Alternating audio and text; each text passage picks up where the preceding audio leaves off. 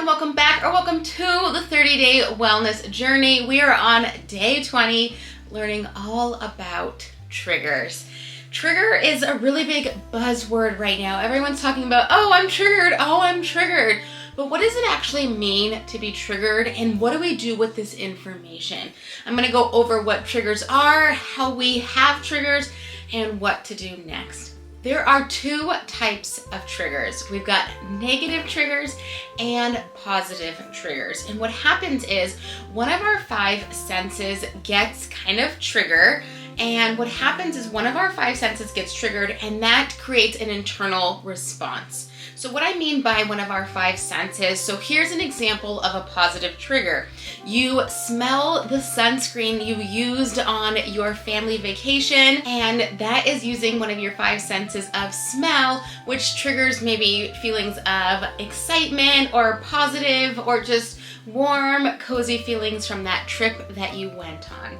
That is an example of using your smell for a positive trigger. An example of a negative trigger, if you were assaulted by someone and you walk into the mall and you are now smelling the perfume of someone who assaulted you, that same sense of smell can trigger a negative reaction.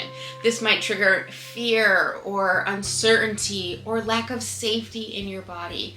So we can see how our smell, our sense of smell, can trigger either a positive emotion or even a negative emotion. So basically what a trigger is, it's an external event that triggers an internal response. Again, triggers are not bad, but what happens is we either have a positive reaction or a negative reaction depending on the experience. So what happens is one of our five senses, smelling, touching, tasting, hearing, anyways, you get it. One of our five senses, we are tuned into it, and that triggers a response based off something in our past. One of our memories gets triggered by one of our five senses. So what happens is typically when we use one of our five senses and we notice that we've been triggered, we usually get either a physical response, we might start to get our heart rate, we might get clammy hands, we might even get really excited or motivated. Again, triggers are not a negative thing, but we have created this identity that triggers are these bad, evil, like, I'm triggered, you can't talk to me right now. It's like, no, it doesn't work like that. Also, triggers are our own responsibility. So if we are triggered, it is our own responsibility to take care of our own well-being so that way we can respond versus reacting. What happens when we get triggered, we have this knee, pretend this is my knee, and we hit the knee and our foot kicks out. That knee-jerk response where we're not responding, we're reacting. And in order to stop reacting, we have to start being aware of what our triggers are. So today's reflective question is asking yourself, when you get triggered, what are some of your physical or emotional symptoms? Do you get a headache? Do you get a pit in your stomach? Do you get tension in your chest? Does your heart start to change? Does your jaw tighten? Do your shoulders go all the way up to your ears? Do your fist clenches? Do your legs tight? Does your nose kind of scowl? All of those physical signs are telling you that you've been triggered. Now with emotions, you get angry, irritable, moody, guarded, shut off, not feeling safe, panic, anxiety, fear, stress, uncertainty. Those can all be information that you've been triggered. Again, we can also experience positive triggers. So don't forget to look at the positives as well as the negatives. Again, life is like a battery. We have positive and negatives, and we unfortunately have to experience both in order to get a full charge. I've never met one person who's never had a negative event in their life.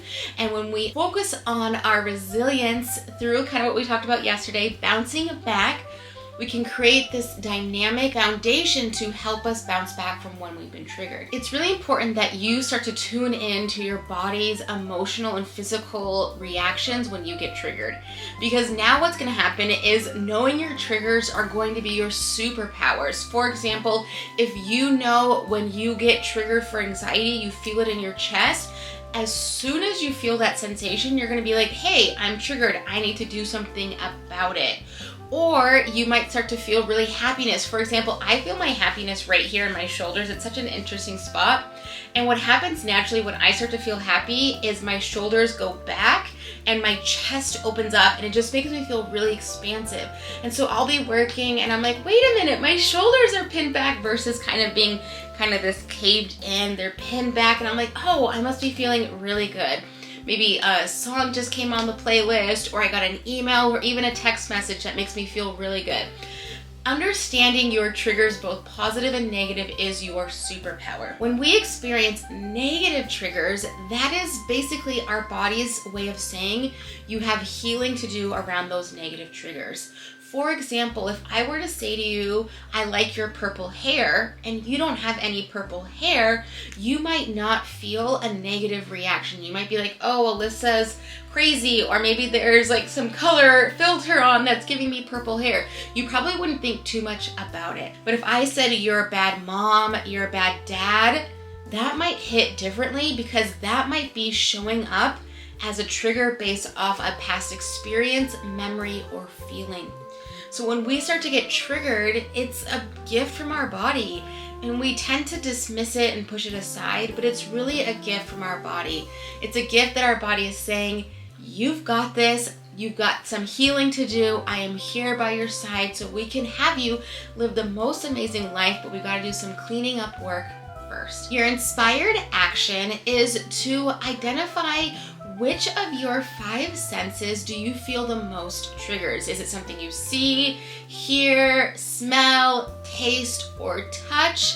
And you can also use those to have more positive triggers. When I was doing in-person sessions, I had things for all 5 senses, so that way they could elicit positive triggers. We can put positive triggers throughout our day to help us increase motivation and happiness and excitement.